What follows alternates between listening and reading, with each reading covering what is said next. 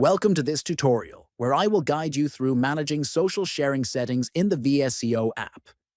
If you want to control which social media platforms your photos and videos can be shared on directly from VSCO, this video will show you exactly how to do that quickly and easily on your phone. First, open the VSCO app on your phone. Once the app is open, look for the two horizontal lines at the top left. Tap on it.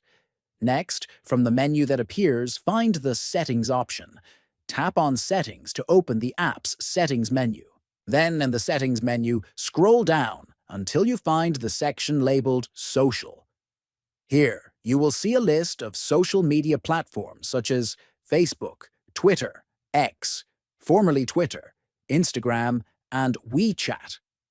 To disable sharing on any of these platforms, simply toggle off the switch next to the platform you want to restrict. Finally, once you have turned off the platforms you do not want to share on, your changes will be saved automatically. You can always come back to this menu to enable or disable sharing on different social media accounts whenever you need to. Thank you for watching.